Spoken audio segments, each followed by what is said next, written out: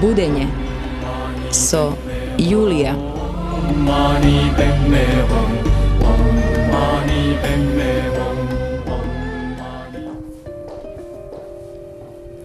Почитувани пријатели, добро вечер. Измина доста време од нашиот серијал Будење со Јулија. Со секоја емисија ние растеме на патот на нашето заедничко будење.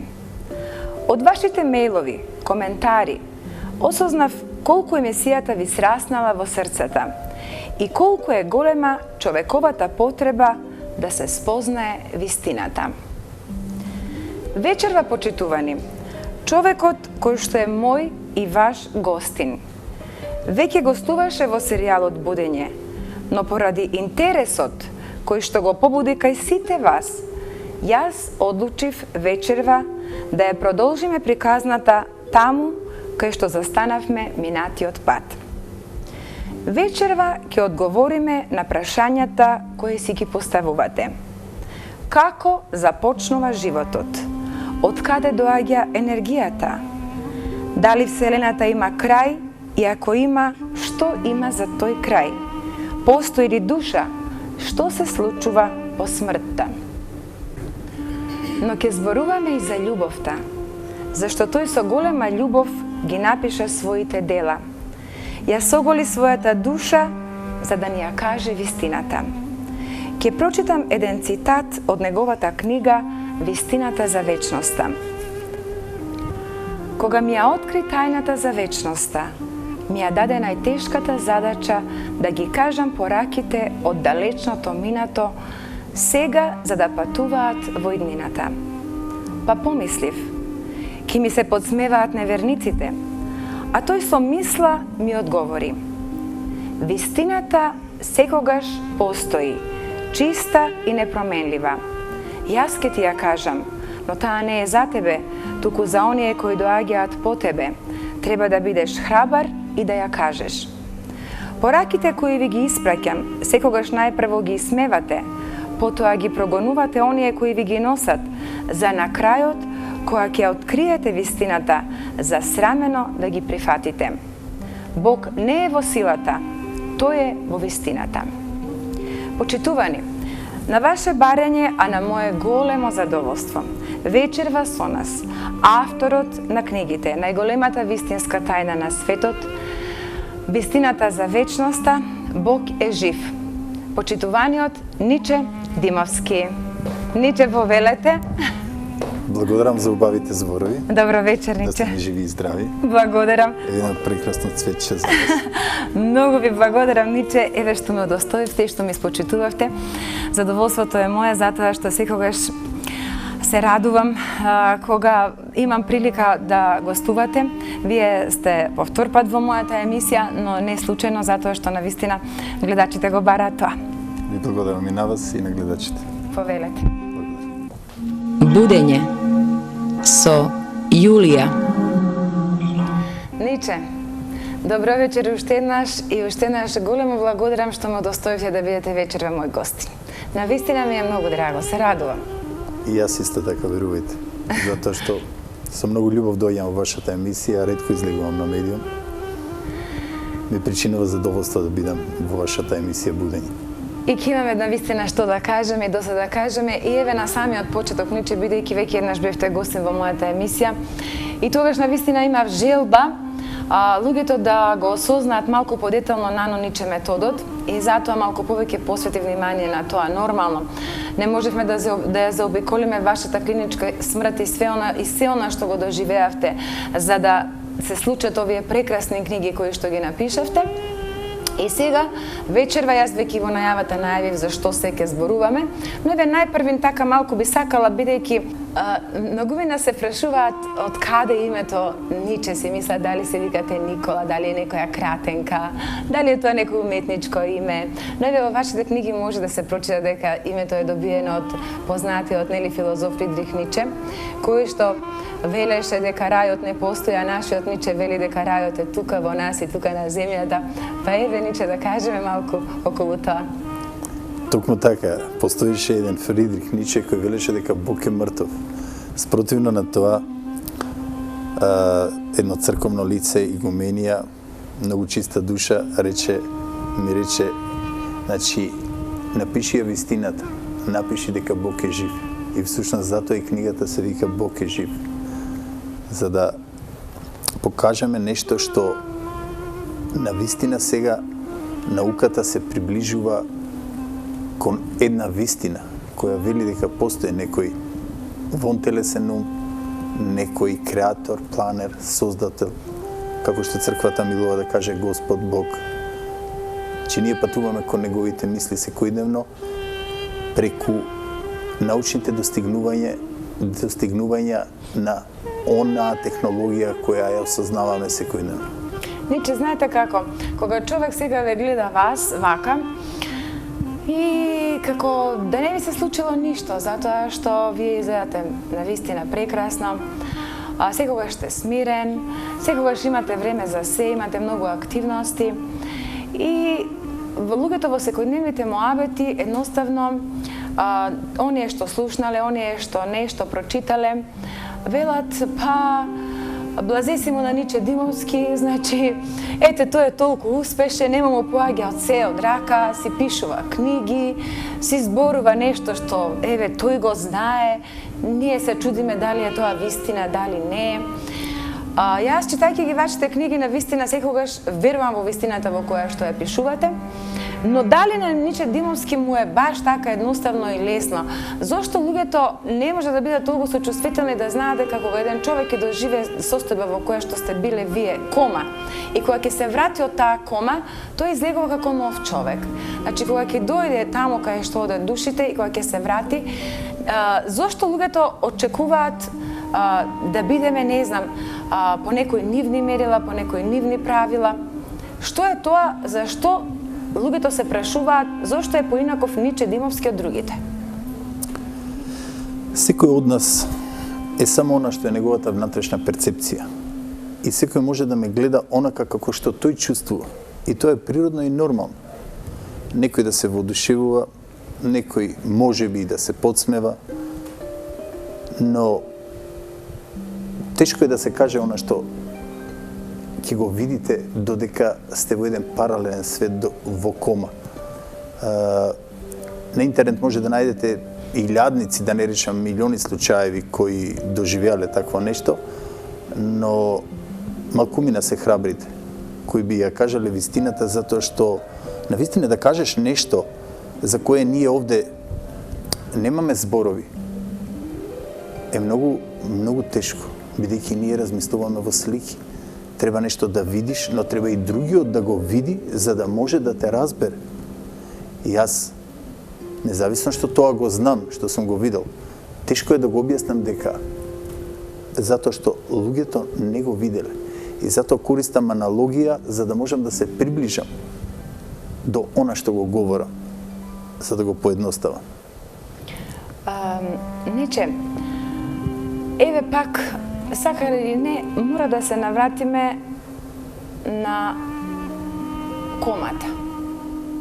Кога човек ќе отиде во кома, кога ќе западне во кома, што се случува?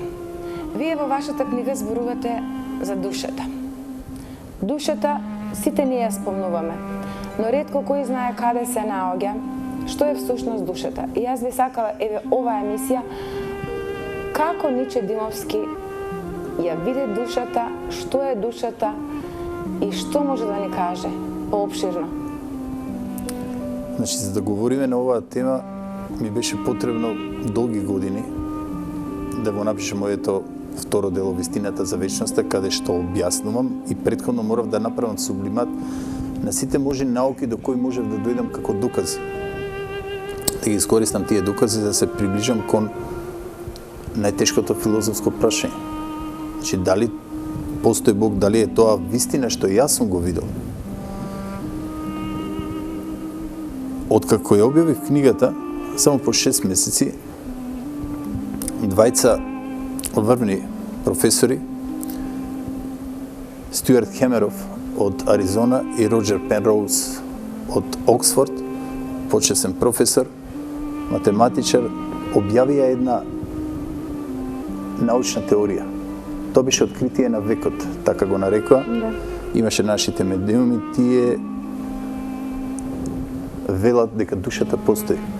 Се наоѓа во специјални микроцевчиња во мозокот, во овој дел кај епифизата, и по нашата смрт, значи, тие информации се одвојуваат и продолжуваат да обстојуваат во некој друг матичен свет. Интересно е што тие поддржаа мојата теорија. Да. И сврли една нова научна теорија која беше заснована на наука. Само 6 месеци по објавување на моето дело. Потоа се случи лавина од научници, професори кои веќе сврлија нивни научни теории. Би сакал за вовед да ви прочитам пред неколку дена што излезе напис од еден друг професор, вели смртта не постои, не е крај на животот. Тврди нова теорија. Многу луѓе се плашат од смртта. Веруваме во неа затоа што ни е кажано дека ќе умреме. Луѓето се поврзуваат со телото, а како што знаеме телото умира. Но според новата научна теорија на Роберт Ланц, експерт за напредна технологија, смртта не е финално случување. Еден од добро познатите аспекти на квантната физика е тоа што одредени забележувања не можат апсолутно да бидат предвидени. Наместо тоа постои низа на можни наблюдувања, секој со различна веројатност. Едно од честите објаснување е интерпретацијата на многуте светови. Тврди дека секој од овие можни наблюдувања кореспондира со различен универзум, поточно мултиверзум. Новата научна теорија, наречена биоцентризам, малку ја прочисти оваа идеја. Постојат безброј универзуми и се што веројатно може да се случи, се случува во нив. Смртта не постои во вистинска смисла во ова сценарио. Сите можни универзуми постојат во исто време, без разлика на тоа што се случува во нив. Иако нашите тела се предодредени да бидат уништени, чувството на живот, кој сум јас, е всушност фонтана на енергија од 20 вати кој го контролира мозокот. Но оваа енергија не исчезнува после смртта. Една од најсигурните аксиоми на науката е дека енергијата никогаш не умира. Таа не може да биде ниту создадена, ниту уништена. Се поставува прашањето дали оваа енергија се пренесува од еден свет на друг. Судејќи според биоцентризмот, просторот и времето не се тврди објекти какви што ги сметаме. Доколку мавнеме со раката низ воздухот, доколку отстраните се, што ќе остане? Ништо. Истата работа може да се примени и со времето. Ние не можеме да видиме ништо низ коските кои го окружуваат нашиот мозок. Се што гледаме и чувствуваме, моментално е вртлок на информации кои се случуваат во нашата глава. Просторот и времето се само алатки кои ги користиме за се да поврзане. Смртта не постои во вонвременскиот и безпросторниот свет. И самиот Алберт Ајнштајн признал: мојот стар пријател го напушти овој чудесен свет пред мене. Тоа не значи ништо. Луѓето како нас знаат дека разликата помеѓу минатото, сегашноста и иднината е само тврдоглаво упорна илузија. Значи, ова го потврдува она што јас го видов и го напишав во целост во книгата. Можам да кажам искрено дека тоа е за мене една многу голема поддршка, затоа што ако науката барем не изфрлеше една нова научна теорија, ќе немав зашто да се фатам за да можам да го потврдам она што јас сум го доживеал. Да. Независно што тоа е научна теорија. На почетокот се е научна теорија, но тоа може да стане цела наука која ќе потврди дека ние сме бесмртни, дека ние после нашата смрт се одвојуваме од нашето физичко тело и продолжуваме да обстојуваме во еден друг универзум.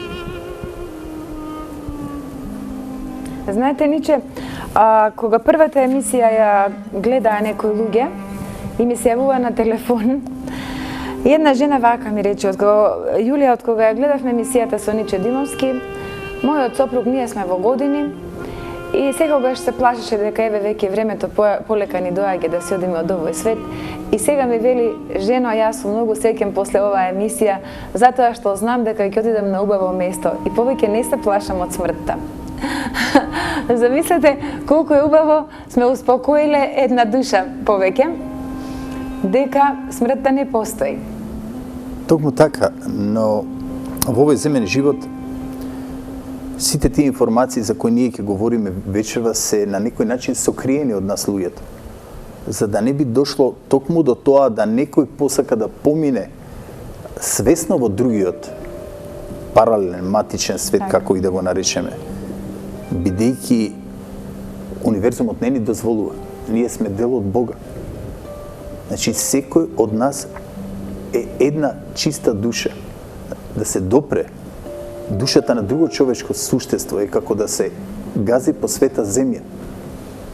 Кога Господ го создавал светот, значи, создал се и природно и нормално е да не создал и нас. Значи, тој ги вградил карактеристиките што ги имал кај него. Љубов, среќа, емпатија. И токму и затоа, ако ние имаме емпатија, има и тој емпатија.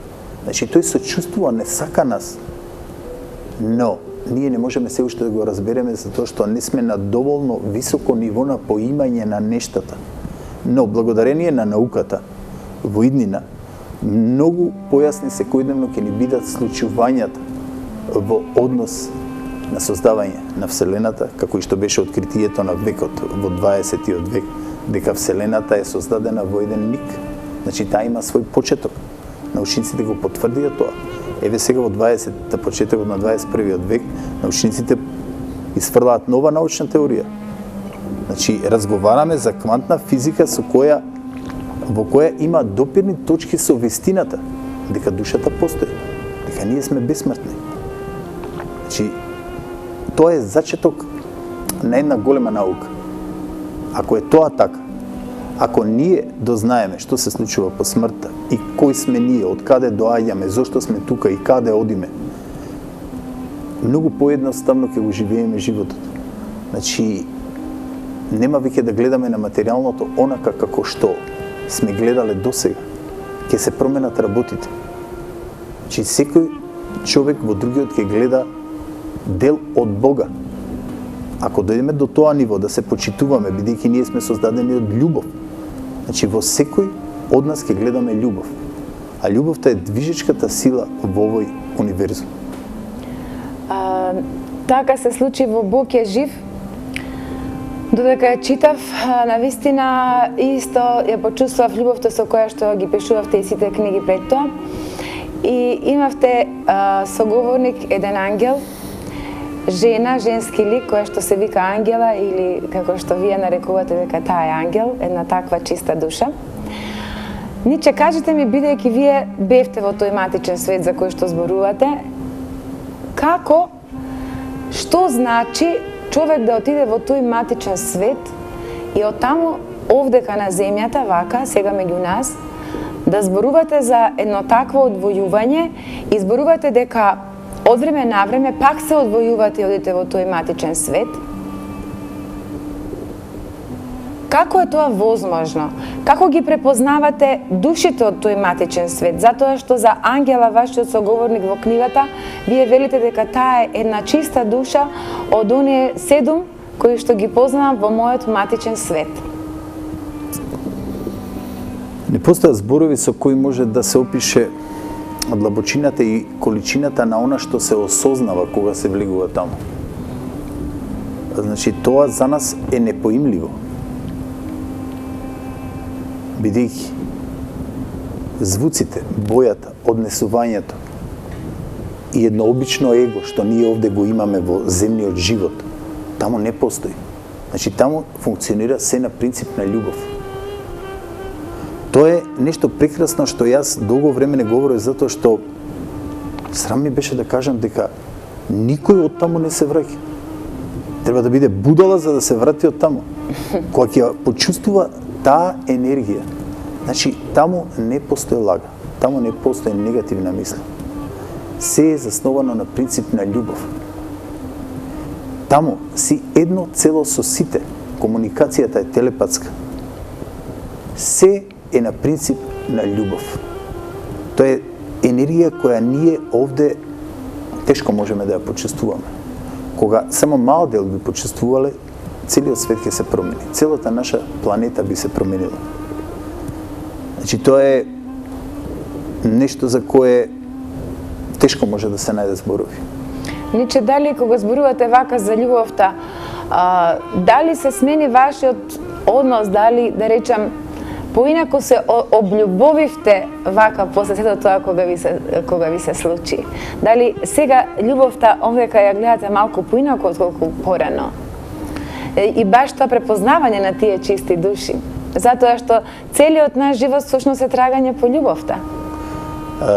Интересно е тоа што кога влегувате во тој свет, откривате дека на овој земен свет, во овој физички свет, ние немаме себе љубие.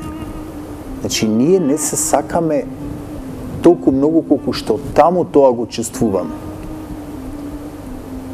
Замислете, јас кога се вратив, бев толку разочаран кога ги отворив очите после 7 дена кома, затоа што тој свет беше многу пореален од оне кога јас ги отворив очите во болница и над мене кога беа неколку доктори и мојот пријател Ристо. Но чувството за живот буди нешто ново. Одеднаш сите тие информации што вие ги имате, количината и длабочината на информациите што сте ги земале од таму, едноставно сакате да ги испробате во овој свет, во овој физички свет. Сте сакале да останете таму, но одеднаш започнувате да се борите за да докажете дека можете да го излекувате физичкото тело и да преживеете. Да. Се случи една многу силна борба помеѓу физичкото тело и душата. Она што душата моја го направи, значи го излекува физичкото тело за 2 недели. Во таа болница останав како медицински феномен. Болницата во Дизелдорф, во Августа, Кранки хаус. Значи, луѓето беа едноставно шокирани од она што го видеа. Се случи многу брза регенерација на моето тело. Станав, оздравев и се вратив во Македонија затоа што реков, ако треба да умрам, ќе умрам во Македонија. Од секогаш сакав мојата земја и се вратив во Македонија за да ја кажам вистината, едноставно како да ми стигна порака. Стани, врати се во Македонија и кажи ја вистината. И тоа се случи нешто многу чудно. Со години не сакав да ја кажам вистината, поточно да ја напишам. По 3 години, како некој да ме предупреди, ми кажува, значи можам се да сторам и ти ќе останеш жив. И се случи да јас паднам од 42 метра. Ме се обраа буквално во чаршав, ме склопија на некој начин. Да. Целиот со штрафови, кажа дека нема да проодам. На 65-тиот ден станав и проодев. И повторно оној човечки инат, затоа што не сакаш да кажеш нешто што си видел. Може би, бидејќи ние луѓето не сакаме другите да гледаат чудно на нас, да ни се подсмеваат. Не сакаме да бидеме она што сме. Бидејќи има фирма, има висок општествен статус и нема потреба јас да зборувам за нешто за кое би оставило енигма и би било на некој начин подсмев за оние што не го разбираат. Од тој настан после 10 години се случи нешто уште пострашно. Значи, дојдов во момент кај што не можев да се хранам, 52 дена, пиев само вода, бев во болницата во Хамбург. Тоа што ми ја фати сепса и во еден миг, значи ја слушнав на интернет една песна, штаковите повторно ќе се вратат и во тие зборови препознав нешто многу моќно. Значи, како некој да каже, ќе оздравиш, стани, врати се, напиши ја вистината и кажи му ја на светот. И токму затоа вие она што го кажувате, што во најавата што го прочитавте. Значи, кога јас велам, ќе ми се подсмеваат непријателите и неверниците. А Бог вели, значи, кажи ја вистината затоа што Бог не е во силата, Бог е во вистината. И затоа ја напишав вистината за вечноста во 2012, А минатата година, 2013, ја објавив Бог е жив и ја објавив целата вистина во однос на она што се случувало во матичниот свет и комуникацијата со тој божествен ум, со таа креација, со тој Бог, со Исус Христос. Значи, целиот разговор, целата комуникација е објавена во тие две книги. Будење со Јулија. Почитувани пријатели, вечерва морав да ја направам ова вечер на вистина да биде посебна. Знаете зошто? Затоа што нормално со нас е големиот Ниче Димовски. Ниче Димовски, кој што не плени со својот пишан збор, со својата убава мисла, преполна со љубов. Тој е влюбеник во се што е убаво, од се што зрачи љубов. И затоа Ниче е голем љубеник и во музиката нормално. За оваа прилика, јас на вистина поканив една прекрасна гостинка, која што мислам дека ќе биде баш како што треба да не удостои и да ни донесе на вистина она што треба, една свежина и љубов, пред се љубов. Добро вечер за Маја. Добро вечер. Со нас е Маја Станковиќ, инаку Маја Стојановиќ. Маја, така, извини. Маја, на вистина ти благодарам што дојде. Еве, овдека е Ниче, вие се запознавте. Ниче, имавте прилика да ја видите Маја. На вистина една прекрасна дама, така? Да. И на вистина со Маја сакавме вечерва, Ниче, да ја направиме оваа вечер многу посебна. Маја исто е влюбеник во вашиот пишан збор. И јас би сакала, Маја така е скромна, но Маја, да кажеме дека ти си помакедончана, во Македонија, инаку доаѓаш од соседна Србија, доаѓаш од Нови Сад, и еве малку представи ни се што работиш во нашата убава татковина која сега е и твоја. Па, чест ми е, Јулија, прво што сум во вашата емисија. Јас malo ќе зборувам македонски со српски, сори више српски со македонски. Нема проблем, Маја, те разбирам. И заиста чест ми е што сум тука и што делим овој емисiju sa господином Ничеом. Заиста чест ми е што ќе присуствувам вашој емисiji и да кажем, тука сум да ја не зборувам многу, ја увек што зборувам преку музика, така да и тој правим, свирам доста, работим во музичко училиште. Така. И сакам да споделувам со сите кои сакат емоcije. Ето, сакам сега да заиста ти и ја да направимо ову голему чест за Ничеа. И мислим да ćemo uspeti u tome, pošto ja tebe poštujem strašno kao umetnika. Маја, многу ти благодарам, душа. Ти си толку сладка со твојот по-македончен српски јазик. Не ли, Ниче? Баш е толку сладка. Маја, еве за гледачите наши, бидејќи те за прв пат ќе те запознаат јавно, инаку ти на вистина се движиш во нашите кругови, музицираш и кажи ни во кое училиште предаваш? Предавам во Pianoforte, музичко училиште. И тука сум веќе 3 години. Да. Меѓутоа, најмногу што сакам и тоа е што јесам, јас да свирам. И затоа се трудим и на магистратура сам на факултет тука во Скопје. И ќе видиме како путеви ќе ми се отворен. Маја е виртуоз на пијано. Штета што не можевме да донесеме пијано, затоа што ова што сакаме да ви го предадиме вас вечерва, Маја кога го свири на пијано, тоа е маестрално. Тоа е маестрално. Ниче, еве јас вака си ја донесов Маја, но значи поводот е бидејќи си ти гостин. И кога Ниче Димовски е гостин, јас специјално се спремам, затоа што знам дека таква една личност мора да се удостои. Еве сега ја земав Бог е жив, каде што има еден многу убав пасус и кој што ќе им одгатне на гледачите, зошто вечерва решивме со Маја да направиме едно вакво мало изненадување за вас. Значи, мора да објаснам за гледачите дека тоа што ќе го прочитате Така.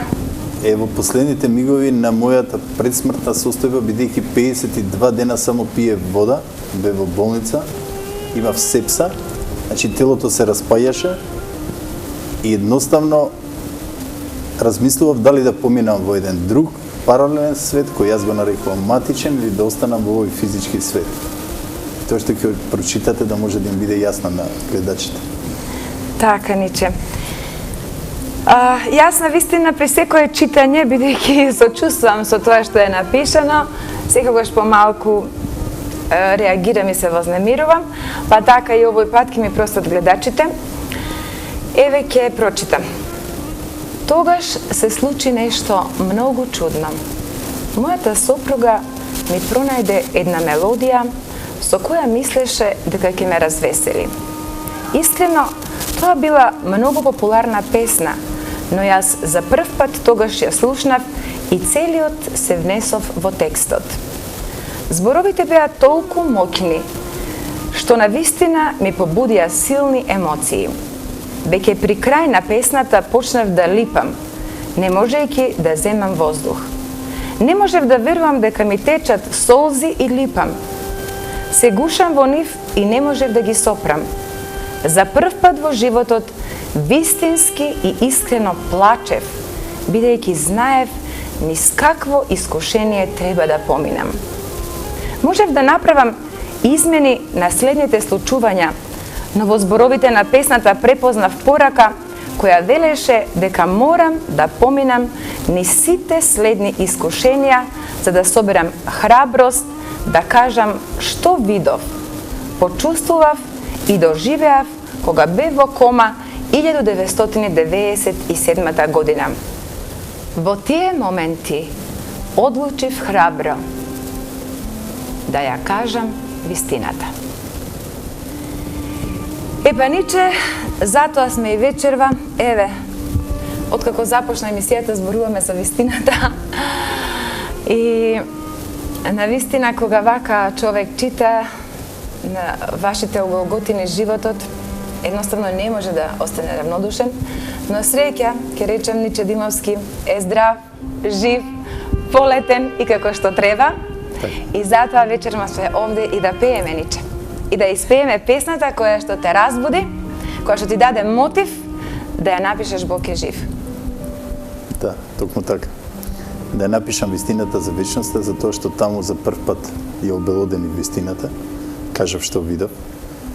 Значи, ова случување беше во 2010 година, 13 години по мојата клиничка смрт, а веќе во 2012 ја објавив вистината за вечноста и таму за прв пат објавив што видов. Значи ми треба 15 години за да можам да ги сублимирам сите можни науки за да се приближам кон најтешкото филозофско прашање. Дали во Вселената постои некој бестелесен ум, некој создател, креатор, планер или Господ, Бог, како што го нарекува црквата? А собрав многу докази. 5000 докази. Бог е жив, дека Ниче. Бог е жив.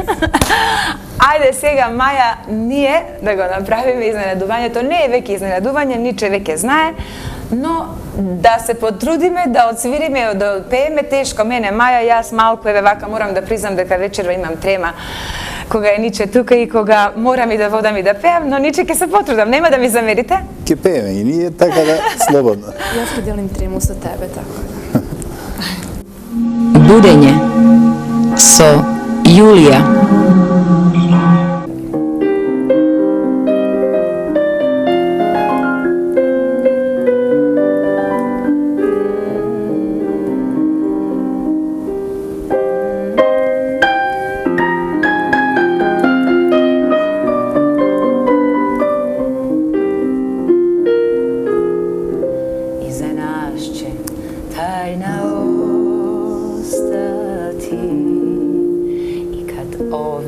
Više ne bude ova kuća, ovo dvorište, naše malo sklonište. I kad bude nova ulica, još će vatra mojih zenica, što je pala tu po telu tom, sijati u u srcu mom. I možda mi nikada nećemo ni svratiti, ali i posle nas rode će se opet vratiti. Anđele, anđele, zora brzo će da osvane, ne valja da posle ljubavi suza drugom ostane. Ljubi i ne plači, neka sreća bar zamiriše, jer za samo ovu jednu noć ima svoje najviše.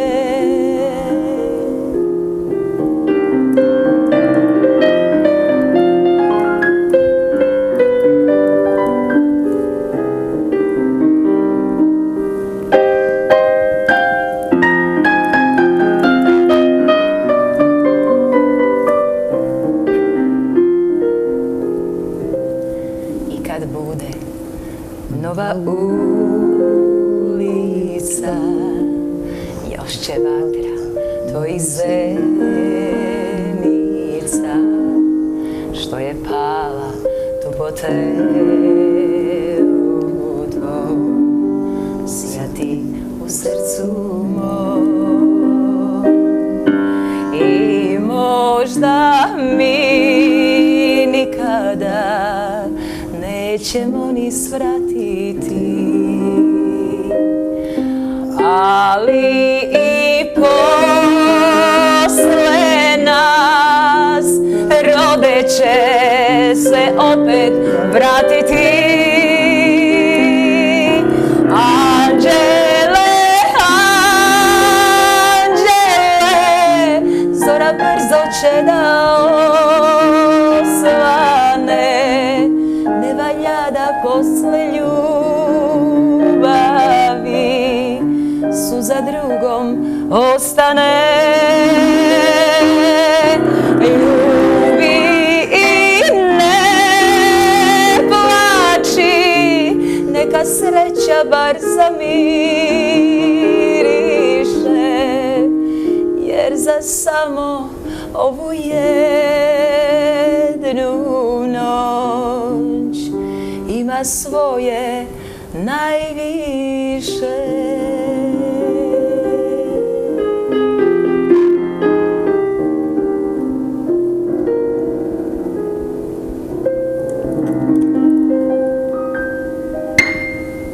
Bravo.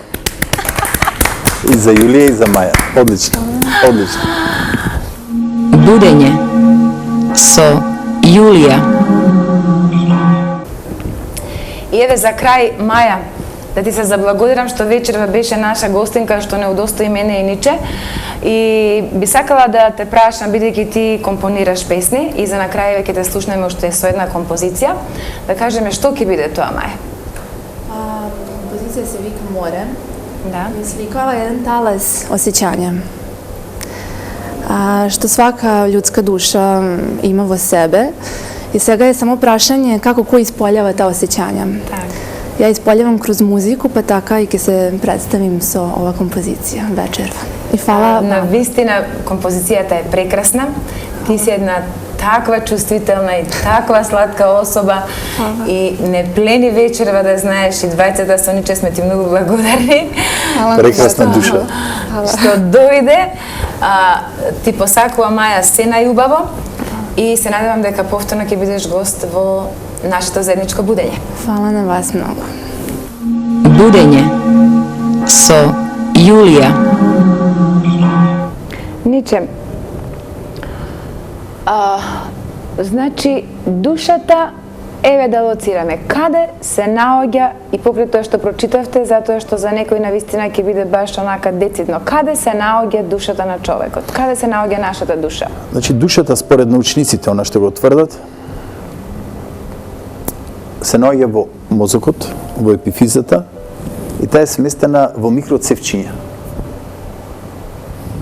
Значи, тоа се квантни частички што ги имаат меморирано сите информации во текот на целиот наш живот. Од нашето раѓање до нашата смрт и од претходни животи. Се што имаме информации се тука, значи, на некој начин во нашата, она што го имаме во нашата подсвест, во оние 95% од мозокот, Да. значи ги имаме во душата. Затоа има пишувано во првото дело. Сега да не објаснам дека мозокот се дели на свест и подсвест, ние користиме Нема само до таму 5%. да одиме. Значи, душата се наоѓа во мозокот. Еве сега зашто ве прашувам тоа? Ве прашувам заради тоа што кај луѓето се уште се во некоја недоумица и секој кога зборува за душата, бидејќи и понекој бати моите гости ги прашувам. И сите ние знаеме кога ќе речеме дека ете вака народски кажано ме боли душата, се фаќаме за срцето, секогаш живеам, душата ме боли, нели? Така е, да. Никој не помислил дека душата е во мозокот. И јас навистина би сакала некогаш да кажеме, затоа што нашите всушност и вие во вашите книги зборувате, емоцијата е таа која што е многу силна и која што навистина прави се и љубовта со емоција е баш таа вистинската љубов, нели? Кога зборуваме за срцето, значи секогаш мислиме дека душата е во срцето. Каква е поврзаноста на мозокот со срцето? Зошто луѓето мислат дека душата е во срцето? Што е срцето, што е мозокот? Луѓето мислат дека душата е во срцето затоа што емоциите допираат до срцето. Кога се возбудуваме, тоа нормално чука побрзо, значи ни одат пеперутки во стомакот или што и да е, значи се оди преку срцето во овој физички свет. Значи, она што е душата во тој матичен свет, значи сите информации остануваат таму, тоа е срцето во овој физички свет. Значи, ние чувствата на, значи емоциите ги примаме преку срцето. Значи, тоа ги чувствува благодарение на мозокот, не на душата. Значи, мозокот е душата, друго е мозокот. И ние кога умираме, кога душата го напушта телото, значи срцето останува во овој физички свет, тоа е само згусната материја. Значи тоа е душата во физичкиот свет, но не и во матичниот. Значи многу голема разлика, но имаат секој на свој начин имаат улога во физичкиот и во духовниот свет, во оној матичен свет, во еден друг паралелен свет. Така. Значи сите информации остануваат, на се што сме доживеале остануваат во душата. И ние се сеќаваме кога ќе умреме, кога го гледаме телото, одвоени сме во телото. Ние ги имаме сите информации во целост, од нашето раѓање, од кога сме почнале да осознаваме до нашата смрт. Се што помниме останува во душата. Тоа не се случува со срцето. Значи тоа е многу голема разлика. Значи срцето има моќ само да чувствува додека сме во физичкиот свет, во овој свет. И тука завршува неговата улога. Тоа едноставно си ја враќа првобитната состојба како материја, а душата заменува во... Но преку срцето ги чувствуваме сите емоции, Миче. Токму така. И вие и сами одвелите во вашите книги дека еве се што побаравте од универзумот, се што привлековте да ви се случува, привлековте со една силна емоција. Дали е тоа позитивно или негативно, значи емоцијата беше таа примерна која што го привлекуваше се она што ви се случи. И тоа е така, навистина, ако немаме јаки емоции, ако сме равнодушни, нашиот живот некако е млак, нели се движи по некоја, да речеме така, пасивна некоја линија. Ете, вие имавте и прекрасен духовен водич за кој што зборувате, вашата тетка Милка, која што едноставно ве упати на тој пат. Но кажете ми, каква е бидејќи луѓето не можат да ги разграничат некои работи, а во вашите книги го пишува, ја затоа сакам да почнат да ги читат што помасовно и покрај тоа што знам дека многу се читаат книгите, но би сакала уште повеќе. Која е примерна емоција, емоциите како такви да ги разграничиме и што можеме да привлечеме со таквите емоции? Значи, мора да знаеме дека ние привлекуваме се што ни се случува во нашиот живот е предизвикано од нашата внатрешност, поточно од нашите мисли. Се она што сме привлекле во нашиот живот сме повикале преку две основни емоции, страв и љубов.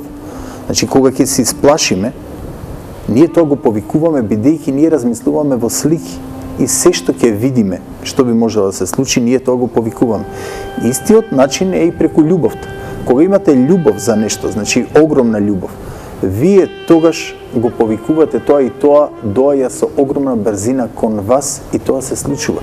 Зошто е тоа така? Значи, зошто со страв и со љубов? Бидејќи ние сме 80% вода, ние сме вибрација, се во просторот е вибрација. Значи, ние кога вибрираме на одредена фреквенција, значи, ние правиме линк со универзумот и го повикуваме она што го сакаме. Луѓето уште не се свесни колкава е нашата моќ. Значи, нашата моќ е неограничена. Токму и тоа сакам да го пренесам преку книгите. Многумина што пробале едноставно се изненадени како може на толку едноставен начин да добијат се што ќе посакаат. Затоа што ние сме свесни битија. Значи, ние можеме да добиеме се што ќе посакаме на било кое поле, дали се работи за љубов, финанси, работно место, значи нема ограничување. Значи, Ниче, мислата како првична со емоција. Сега зависи дали емоцијата ќе биде од љубов или ќе биде страв. Токму така. Која е побрза, стравот или љубовта? Па скоро да се подеднакво исти во зависност од тоа каде вие ќе се фокусирате. Значи, ако премногу се исплашите од нешто, тоа ви се случува. На многумина од нашите гледачи им се има случајно кога ќе се исплашат од нешто да погледат слики од тој настан случка, дали ќе падна, дали нешто ќе им се скрши дома, дали ќе направат сообраќајка и во истиот миг или за неколку мига тоа да се потполно истото да се случи. Бидејќи тие го повикале тоа. Значи, исто како подсвеста и универзумот, значи, тој не го интересира зошто ти тоа го бараш. Дали сакаш да бидеш богат или сиромат, дали да сакаш да бидеш работник или директор, или било што во споредба со поларитет на плюс и минус. Значи, се што сакаш ти можеш да бидеш, но важни се твоите мисли. Значи, доаѓаме до заклучок дека најмокреното нешто во универзумот е мислата. Така.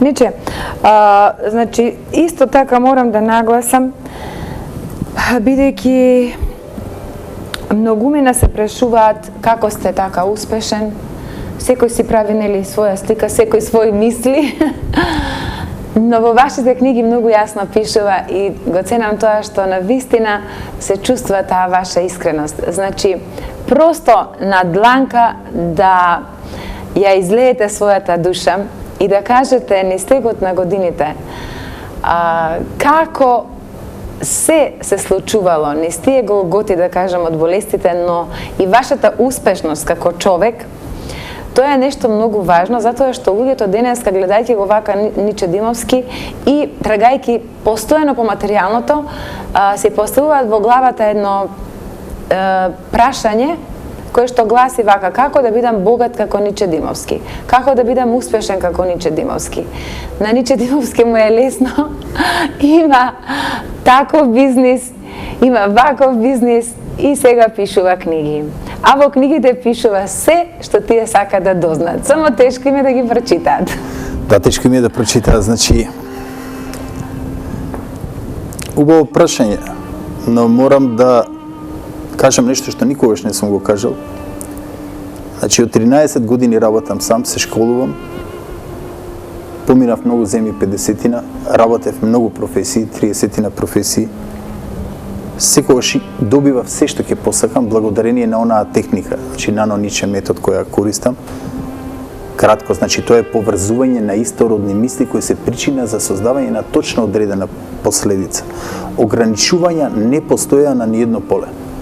Но еве се прв пат да кажам во една емисија, кај вас многу ја почитувам и вашата телевизија и гледачите, знам која таргет група го гледа ова. За мене никогаш не говорам, но можам да кажам секогаш сум бил скромен. Дома ми велат, ти може да возиш и Ферари. Ја викам, зошто? Јас никогаш не сум купил нова кола. Никогаш не сум се правил нешто што не сум. Мене тоа не ме воодушевувало. Значи, материјалното нема никаква моќ врз мојот ум. Тоа е толку небитно. Бидејќи јас го почувствував тоа. Значи, кога умирав, 97 година поточно, кога се пробудив од кома, и така ја започнувам книгата, напиша во книгата, си реков. Значи, чувствував дека умирам. Сонцето заоѓаше од мојата десна страна и си велев. Ова е последниот ден од моето постоење. Сите пари на светот да ги имам, не само моите. Значи, сите на светот да ги имам, утрешниот ден нема да можам да го купам. Тогаш сватив дека материјалното нема никаква моќ. Значи, парите се само нешто на кое ние им даваме важност. И не само парите. И сето она што ние му даваме важност. Да. Значи, колку поголема е важноста на она што му го даваме, во нашиот ум, тоа го ставаме на се повисоко место и го ставаме на пиедестал. Верувајте,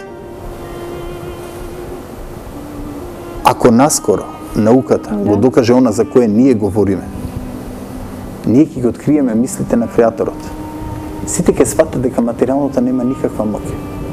Доволно е само да имате за еден нормален живот и тие околу вас да ги гледате среќни. Што ако некој е богат, а сите околу него се сиромашни и несреќни? Тоа не е среќа. Така. Ниче, вашата моќ за визуализација исто така е многу важна. Значи, многу од луѓето не знаат или ја изгубиле љубовта во себе и кога замислуваат некои работи, јас бар така мислам, не може да ги извизуализираат за кое што вие зборувате. Значи, да ги извизуализираат со љубов, кога нешто посакуваат, кога ја прават таа визуализација со љубов и тоа го привлекуваат и тоа им се случува. Но најверојатно луѓето изгубени по тоа материјално трагање заборават на тоа, а тоа е многу еден важен момент, способноста за визуализација. Еве и вака преку малите екрани да им кажеме што всушност значи визуализацијата на нештата. Значи, мора секој да свати дека кога трчаме по работите, работите бегаат од нас.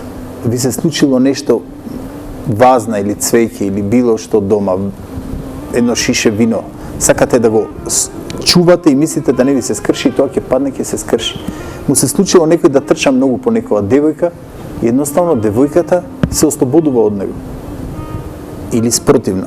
Значи, кога трчаме по работите, работите бегаат од нас. Многумина што го користа законот за привлечност, тие трчаат по работите. Да речеме, некој сака да има материјално и тој постојано размислува на тоа. Спротивно на него, некој што исто така сака материјално, тој е среќен со тоа што го има во сопствениот џеп, она што го поседува. Да. И тој кога визуализира на многу едноставен начин со љубов. И тој се заблагодарува на Вселената. Најбитното нешто е да се заблагодариме на Вселената за она што го имаме, дали на Вселената, на Бога или на самите себе си. Значи, ние треба да се заблагодариме. Да речеме, ти благодарам Господе за се она што ми го даде. Ти благодарам Господе за успесите што ми ги даде. А луѓето трчаат. Господе, дај ми пари. Не, Господ не дава пари. Да. Значи, Господ нема време и нема тефтери за добри и лоши работи, па да го губи времето поединечно за секој од нас. Тој се вградил во целиот тој систем, во секој еден човек. И во зависност на нашата моќ, колку ќе успееме да допреме во комуникација со таа универзална интелигенција, со тој бестелесен ум, толку ќе биде нашата моќ поголема за да добиеме. Но, запомнете, со благодарност. Луѓето треба да се заблагодаруваат. Да речеме за здравието. Некој кога е болен, Независно што е болен, значи тој треба својот ум да го излаже со едноставна реченица: ти благодарам Господе за здравието што ми го даваш. Тогаш неговата подсвест ќе ги направи сите можни комбинации да го создаде најмокниот лек да елиминира неговата болест, дури и да е најтешка, затоа што ние, секој од нас во нашиот ум ја носиме најмокната фармацевтска фабрика. Затоа се случуваат чуда. Се извинувам, имате една формулација, го излежав умот. Токму таа. Баш и тоа да го објасниме кога сме веќе тука. Значи, и поради тоа што нели има многу луѓе кои што се и болни, сакат еве да имаат добро здравје. Како најлесно да се излеже умот во такви моменти за да човек се врати во добра состојба? Во науката и во медицината, значи се потврдува дека постои плацебо ефект. Плацебо ефект кога некој ќе ви даде таблета или вода или било што и ќе ви каже дека тоа ќе ви излекува вашата болест, дури и да е најтешка. Ако вие му поверувате со огромен процент, значи тој со таа сугестија ќе влијае на вас, а вие преку вашата автосугестија ќе направите чудо. Значи ќе се излекувате. Во еден миг, додека јас бев во предсмртна состојба, успеав да направам плацебо самиот на себе, значи го излажам сопствениот ум. Тоа е нешто што е мене лично ме воодушеви, затоа што плацебо ефект да направиш сам на себе е многу тешко. Да, на друг може и тоа е секојдневна работа, но плацебо да направиш на сопствениот ум значи да го излажеш сопствениот мозок. Јас не можев да мрдам, ни малиот прст не можев да го помрдам. Значи јас се убедив дека сум силен, дека ќе станам, дека сум моќен. Значи започнав во тие 7 дена да го манипулирам мојот мозок преку слики, бидејќи ние размислуваме во слики. Се што говориме сега, значи гледачите го прифаќаат како слики, секој збор, секоја буква од она што го говорам. И да кажам, да речеме, една буква, или да кажам каде се наоѓа континентот Америка, им излегува слика пред очите и гледаат каде е Америка. Ако им кажам лимон, започнуваат нивните жлезди да лачат, затоа што мозокот не можете да го излажете. Тој секогаш живее во сегашно време. За мозокот не постои минато и идно време. И токму затоа, ако некој ви каже јадете лимон и ви повтори 3 пати, во вашиот ум излегува слика од лимон и жлездите нормално да почнат да ви лачат. Затоа што мозокот не можеме да го излажеме. Со плацебо уште помалце, но благодарение на тоа што имав претходно, значи вежбано, тренирано со медитации, со астрални проекции, успеав да го излажам сопствениот мозок и на некој начин така се вратив во физичкиот свет. Значи останав тука и затоа сега сум тука. Ниче, еве вака и во книгите се добива впечаток дека можете да се одвоите и да се отидете во матичниот свет кога сакате. Еве, кажете, ќе биде интересно за гледачите, што се тоа астрални одвојувања, астрални проекции? Како еден човек, седејќи си вака на столица или во фотелја, може да се одвои и одеднаш да се најде во друг свет? Значи, после мојата клиничка смрт, јас доживеав 2 астрални проекции и она што го кажувавме во претходната емисија, што е нешто скоро и неможно, присуствував на својот погреб. Многу од научниците тврдеа дека тоа е така, јас им кажав дека јас лично не верувам, бидејќи морам да признам. Претходно не бев и некој теист, повеќе бев атеист него што бев верник. Но науката кажуваше нешто друго. Проверувајќи и поврзувајќи ги сите информации кои јас сум ги видел во моментот на тој погреб, тоа се поклопи дека на вистина е така.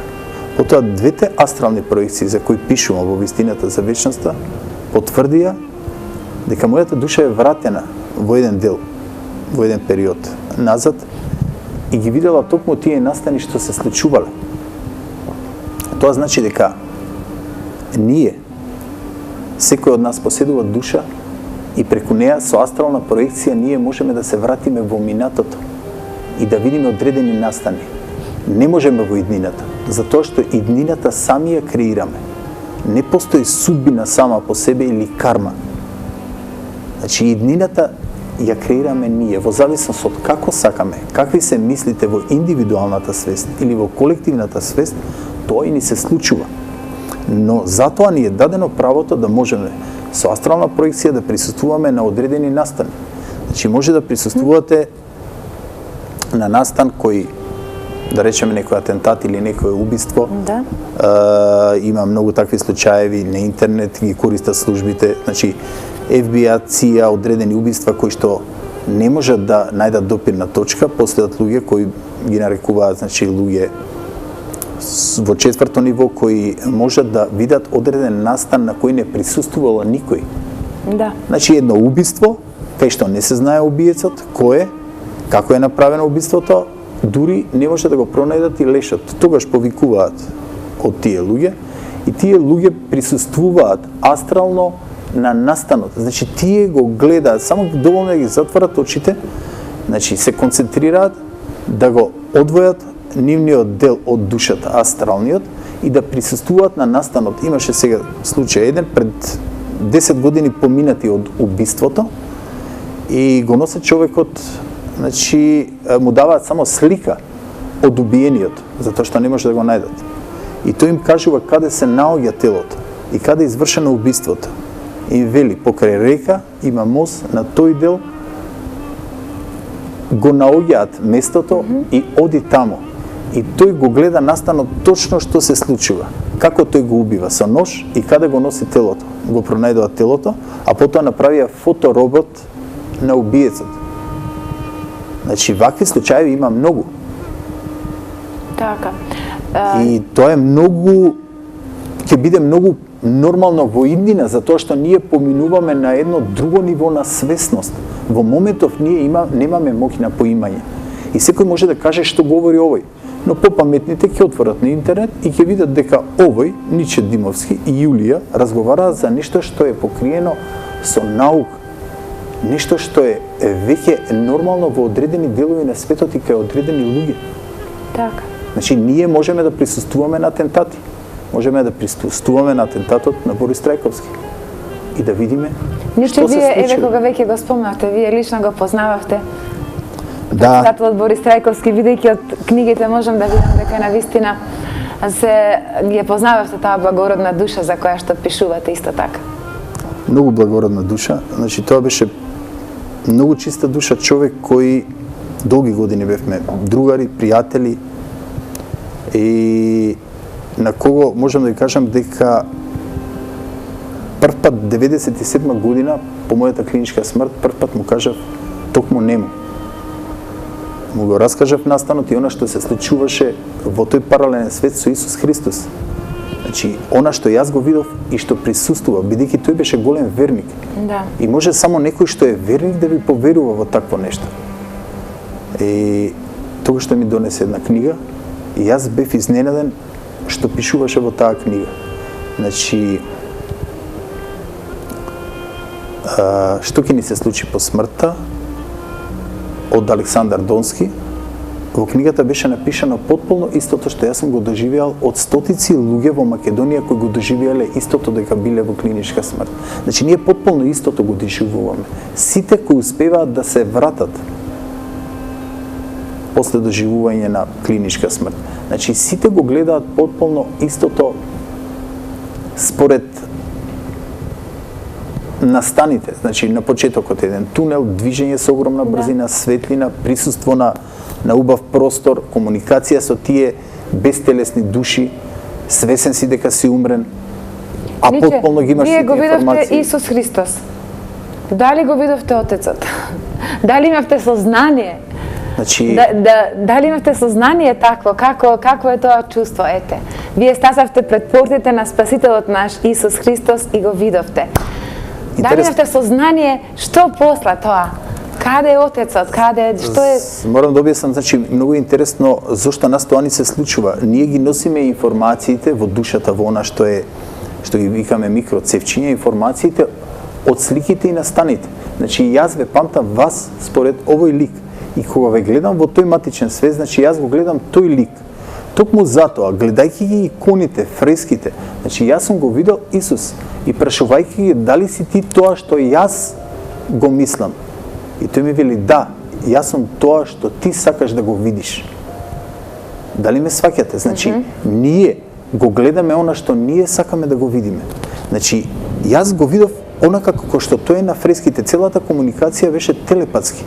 Интересно е тоа што од левата страна заоѓаше сонце, а потоа ми објаснеа на ученици дека тоа всушност не било сонце. Тоа е, значи, универзалната интелигенција на некој начин, значи таткото на Исус Христос, вистинскиот Бог. Значи тој нема лик. Тоа е само чиста енергија, многу јака светлина како сонцето во која може да гледате. Тоа е нешто што ве воодушевува. Се чудите како може да биде толку моќно, светло, а вие можете да гледате во него и не постои лик. Тоа е само една енергија. Затоа што, можеби затоа што никој не го видел. Кога некој ќе покаже лик од таа универзална интелигенција, ние ќе го меморираме тоа во нашата подсвест. И ние ќе го понесеме кога ќе умреме како информација, како слика. Да. И тогаш ние ќе го видиме онака како што некој ни го кажал. И токму затоа сите луѓе кога умираат од различни религии, независно од која религија, секој верник го гледа својот Бог. Ние, христијаните, православните, католиците го гледаме Исус, будистите го гледаат Буда, муслиманите го гледаат Аллах, ескимите го гледаат нивниот Бог. Значи таа информација што останала во мозокот како информација во слика. Тоа го има многу едноставно објаснето во Ниче, со вас може да се зборува на вистина многу, но нашето време истекува и ќе мораме да ја превршиме емисијата кога сме веќе тука кај Бог и кај универзалната енергија и кај тој совршен систем. Вие вака велите, каков совршен систем е искреиран од совршен ум, умот на универзалната интелигенција. Во системот налага да бидат сите исти, но само оние кои ќе исчистат својата душа од негативни мисли, ќе загосподарат со љубовта, трпението и добрината и ќе имаат пристап до спознанието и ќе им се даде. Значи, докажувањето или побивањето за постоењето на некоја суперинтелигенција, на некој креатор, на некој Бог е повеќе од комплексна работа. И токму затоа во книгата Бог е жив велам, колку и да знаеме што е Бог, никогаш во целост нема да можеме да дознаеме што е Бог. Значи никој во целост не може да знае што е Бог. Затоа што ние само комуницираме со таа универзална интелигенција. Да. Од секој што се случувало, но сега тоа ќе се случува се повеќе бидејќи научно одиме. И ние веруваме во она што науката го потврдува. Кога еден тоа ќе го каже и кога науката ќе го потврди, се случува нешто во колективната свест, се случува оној збор кој го носи вашата емисија, будење. И токму затоа велам, некој ќе се пробуди денес, некој по 1 година, некој по 10, некој никогаш. Ќе се роди заспан и ќе умре заспан. Нас ни е дадено правото да учиме од нашите искушенија, од се она што се случило. И токму и затоа јас ги напишав книгите. Едноставно чувствував дека е себично, ако јас открив нешто, ако дознав, да не го кажам тоа. Значи, како некој да ти вели, напиши го. Независно кој што ќе мисли. Значи, кажи го на светот. А замислете, откако го кажав, науката застана позади мојата теорија. Да. Тоа е фасцинантно. Просто да не ви се верува како некој да ги мести коцките, за да може да ви направи пат до вистината. А како што знаете, вистината е вечна и непроменлива. Така. Ниче. Значи, ќе мораме да ја завршиме емисијата, нашето време веќе истече. Само сакам за крај да ви кажам, веќе не се плашите од смртта? Не, значи, скоро сите кои доживеале клиничка смрт, кои го виделе тој паралелен свет, значи не се плашат од смртта. Јас и кога паѓав од 42 метра, тоа го пишувам нели во книгата, велам, мене ништо нема да се случи, ќе останам жив, затоа што некој вели, ќе паднеш, ќе останеш жив. Сега независно што бев ме собраа во чаршаф, ама јас сепак останав жив и еве овде сум. Така. Значи некој може да падне и од 1 метро и да загине. Значи стравот кога ќе се ослободите од смртта, веќе на друг начин гледате на животот. Всушност смртта и не постои. Ајнштајн не случајно кажал, единствено мртовецот нема што да изгуби. Нема што да изгуби. Тој уште во тоа време, значи кажал работи и Ајнштајн и Никола Тесла кои се непоимливи за нас, кога немало електронски микроскоп. Значи тој бил свесен дека ние поминуваме во еден друг паралелен свет, бидејќи според биоцентризмот сите универзуми постојат истовремено. Само што овде е клеточен свет, каде што движењето се случува 3 метри во секунда, а тој е молекуларен свет кај што е 300 метри во секунда и електронски свет кај што е со брзина на светлината 300.000 км во секунда и многу повеќе. Значи световите се различни, а тие обстојуваат во исто време. Значи во мигов додека ние разговараме тој обстојува, но таму брзината е многу поголема, случувањата, бидејќи таму постојат безтелесни души, умови, кои едноставно функционираат како и ние сега што функционираме. Но тоа е многу чудно. Луѓето кога гледаат најчесто и оние кои не слушнале, не виделе, ќе си речат што зборува овој човек, но повторно ќе кажам, нека отворат на интернет, има многу работи. Ниче и многумина така ми велат и мене понекогаш. Јулија, знае ли што зборува Ниче? Да, точно така. Дали си нормална? Зошто го викаш во емисија? Зошто го викаш Ниче во емисии? Дајме да се насмене малку за крај. Ниче, еве ќе сакате ли да ми ги подадете книгите, за да им кажеме на нашите гледачи, еве вака изгледа Бог е жив, почитувани, најголемата вистинска тајна и вечерва ќе отидат во рацете на наши верни гледачи, затоа што Таа е издадена и во Америка. Да, затоа што Ниче на вистина постои голем интерес за вашите книги. И јас многу благодарам што ме удостои што ги донесе. Ова е, значи, еве, овој малечкиот прирачник за Нано Ниче методот и овдека е и стрипот Александар Македонски, еве да го покажеме. Значи внатре се автентично, исто како да учите историја, значи ороними, хидроними, топоними, личности во тој стрип. Ниче, дали сте среќен човек? Среќата е релативна работа, значи среќата е патот по кој се движиме до среќата. Да речеме, сакате да купите кола, вие купувате колата и тоа завршува, потоа сакате нешто друго или да најдете работа. Значи, сите сме среќни, но некој тоа ќе го открие денес, гледајќи оваа емисија, некој подоцна, а некој, како што кажав, никогаш. Значи, нашата внатрешност е среќа. Ако ние внатре сме среќни, ако имаме љуби, ако се сакаме самите себе си, тогаш сме среќни и можеме од таа љубов да дадеме и на другите. Не може да даде љубов некој што не е внатрешно среќен. Значи, мораме да бидеме прво ние среќни, да се засакаме самите себе си. Тоа не е егоистична работа како некој што мислат. Значи, среќата е релативна работа која зависи само од нашата внатрешност. Ниче, да ви се заблагодарам уште еднаш вечерва што ме удостоивте и што бевте мој гостин. Поздравете ви ги дома вашите три прекрасни дечиња, вашата сопруга. Благодарам. Ви посакувам се најубаво. И што да ви кажам, ќе мораме серијалот со Ниче Димовски да го продолжиме, сакале или не, бидејќи никогаш не можеме да кажеме се. Неисцрпни се темите. Многу малку кажавме, но толку дозволува времето, мислам дека е доволно за да иницираме некои кои имаат потреба да се извлечат од депресија, од лоши мисли, за да можат да патуваат по океанот на животот со убавините кои секој треба да ги добие. Се надевам дека дури да пробудиме само неколку луѓе, мисијата е постигната. Благодарам. Да сте живи и здрави. Бесконечно е, почитувани, мојата среќа вечерва, што ете Ниче Димовски беше мој и ваш гостин. А еве како Ниче Димовски го опишува привршувањето на своето дело Бог е жив, со што и ќе одвеам вечерашнава емисија.